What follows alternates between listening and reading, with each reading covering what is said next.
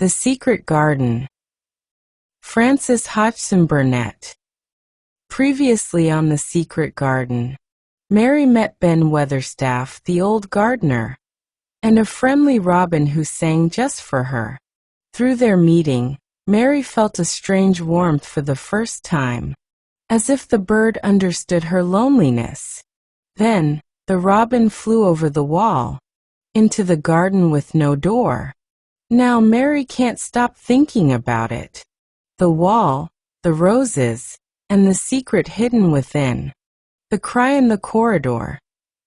At first each day which passed by for Mary Lennox was exactly like the others. Every morning she awoke in her tapestried room and found Martha kneeling upon the hearth building her fire.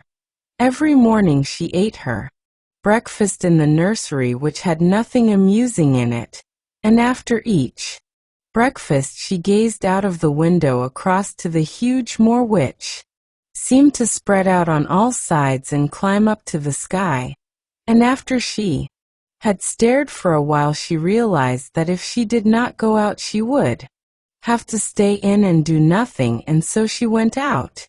She did not know that this was the best thing she could have done, and she did not know that, when she began to walk quickly or even run along the paths and down the avenue, she was stirring her slow blood and making herself stronger by fighting with the wind which swept down from the moor. He ran only to make herself warm, and she hated the wind which rushed at her face and roared and held her back as if it were some giant she could not see. But the big breaths of rough fresh air blown over the heather filled her lungs with something which was good for her whole thin body, and whipped some red color into her cheeks and brightened her dull eyes, when she did not know anything about it. But after a few days spent almost entirely out of doors she wakened one morning knowing what it was to be hungry, and when she sat down to her breakfast she did not glance disdainfully at her porridge and push it away, but took up her spoon and began to eat it and went on eating it until her bowl was empty. "Tha got on well enough with that this mornin', didn't tha?" said Martha. "It tastes nice today," said Mary, feeling a little surprised herself.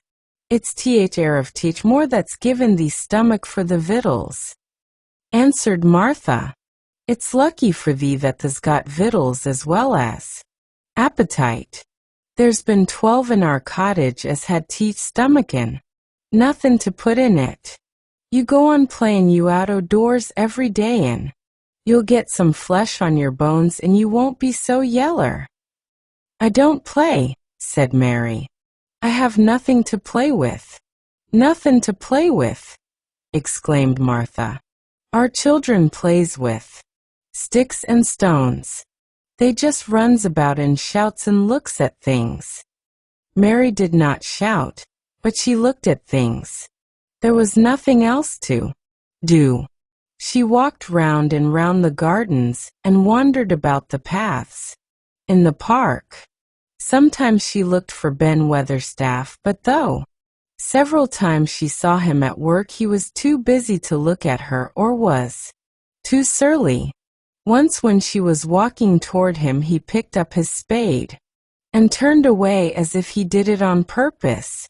One place she went to oftener than to any other.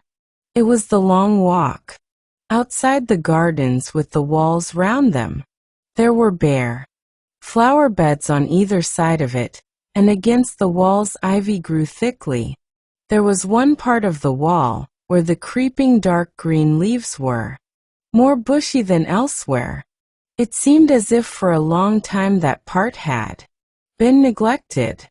The rest of it had been clipped and made to look neat, but at this lower end of the walk it had not been trimmed at all. A few days after she had talked to Ben Weatherstaff, Mary stopped to notice this and wondered why it was so.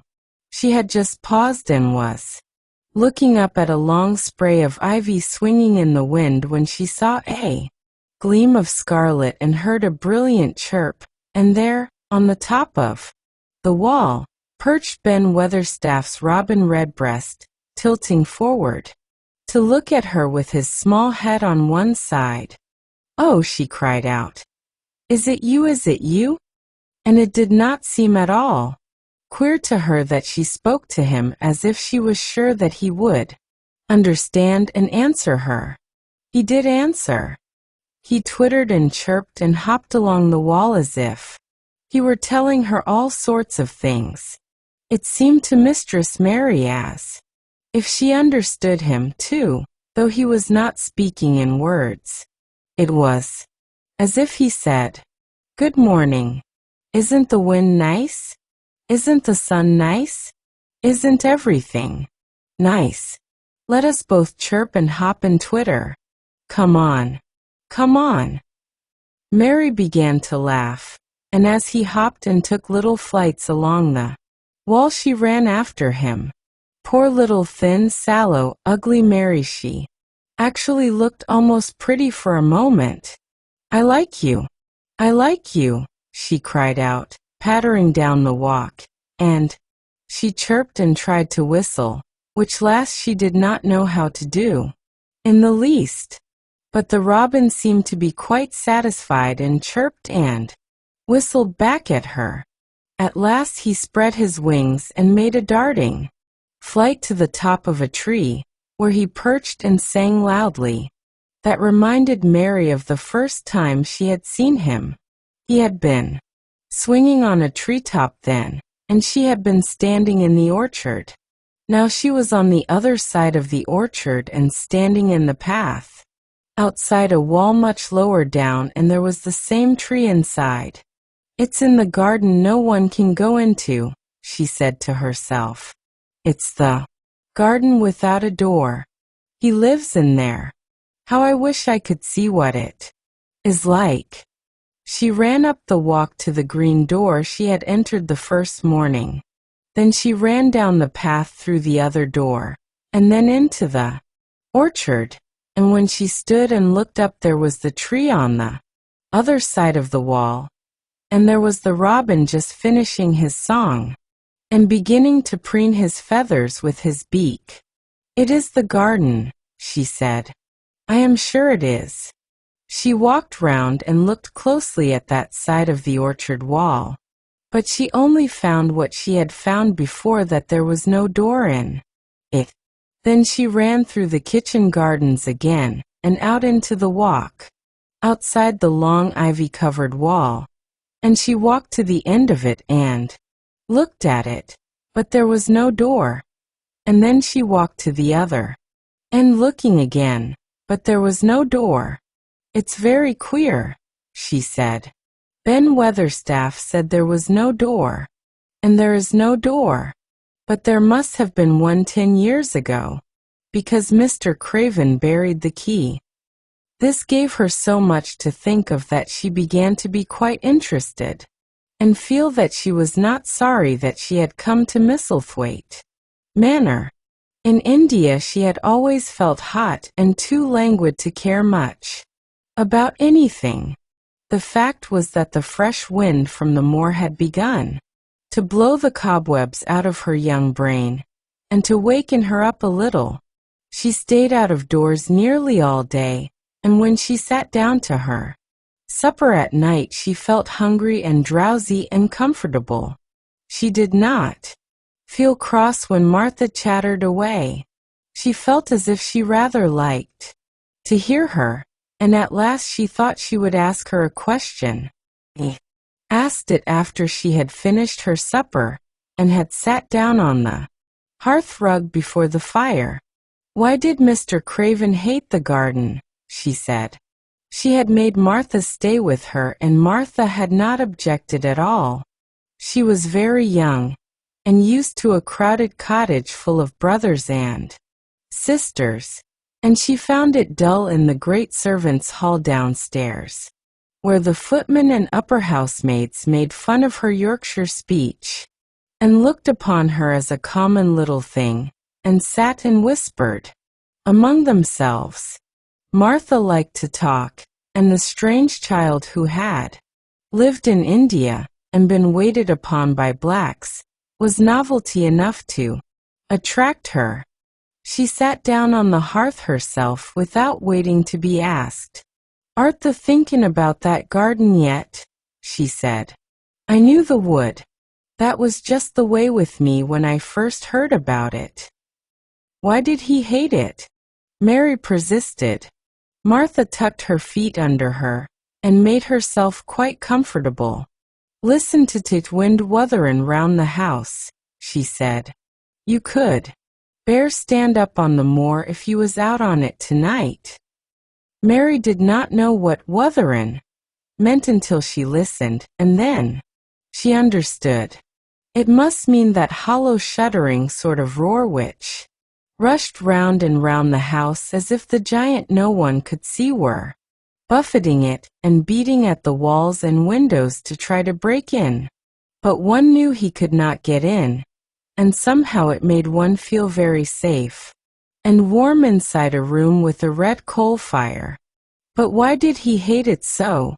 she asked after she had listened. She intended to know if Martha did. Then Martha gave up her store of knowledge. "Mind," she said. "Mrs. Medlock said it's not to be talked about. There's lots o' things in this place that's not to be talked over. That's Mr. Craven's orders.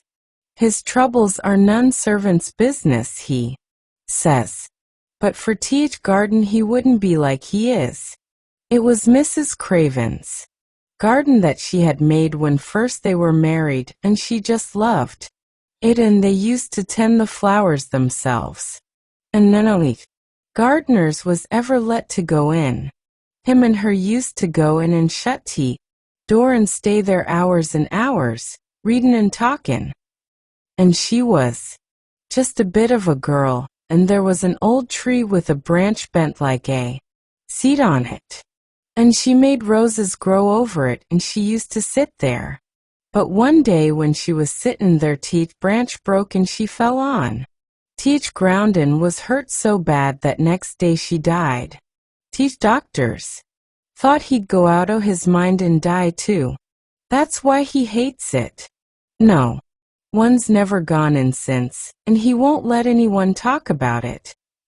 Mary did not ask any more questions. She looked at the red fire and listened to the wind, wutherin'. It seemed to be wutherin' louder than ever. At that moment a very good thing was happening to her. For good things had happened to her, in fact, since she came to Misselthwaite Manor. She had felt as if she had understood a robin, and that he had understood her. She had run in the wind until her blood had grown warm.